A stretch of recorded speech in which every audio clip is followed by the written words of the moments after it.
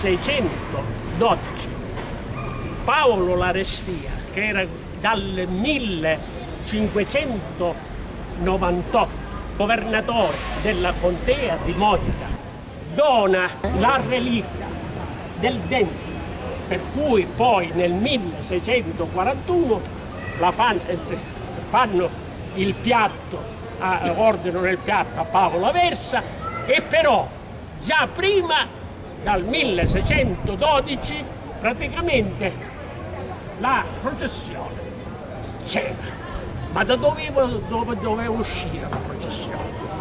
Secondo la legge ecclesiastica doveva uscire da San Giorgio, perché le due parrocchie erano unite sotto la supremazia di San Giorgio.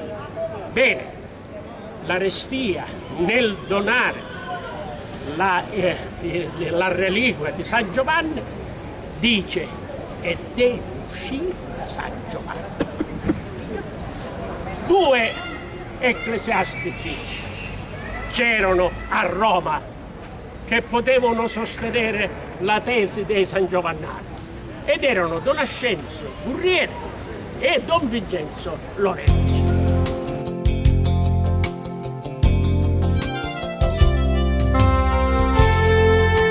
I governatori furono sempre ragusani, mi seguite? E sempre figli dell'Enfiteus, no? Non so se è chiaro, sempre figli. Non ultimo, Bernardo Arezzo, che quando si fece la costruzione della nuova Ragusa, questa che vediamo qui, e della cattedrale, questa che vediamo qui, lasciò un'eredità cospicua che fu motivo di speranza per i San Giovannari di poter costruire la chiesa. Quando noi vediamo l'Arca Santa, che fu fatta nel 1731, e per costruire quest'Arca Santa fermarono i lavori a cui tanto tenevano della cattedrale, perché la processione era tutto.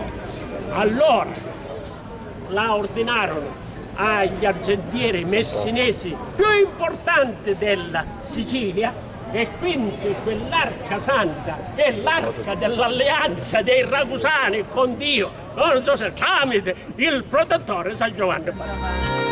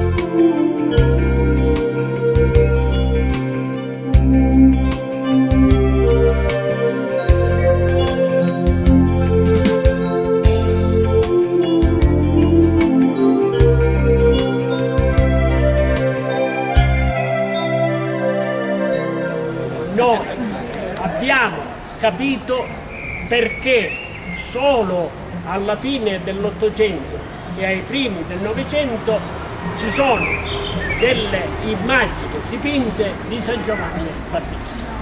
Perché fino ad allora tutta la preoccupazione e l'attenzione dei San Giovannari era per la Chiesa e per la processione.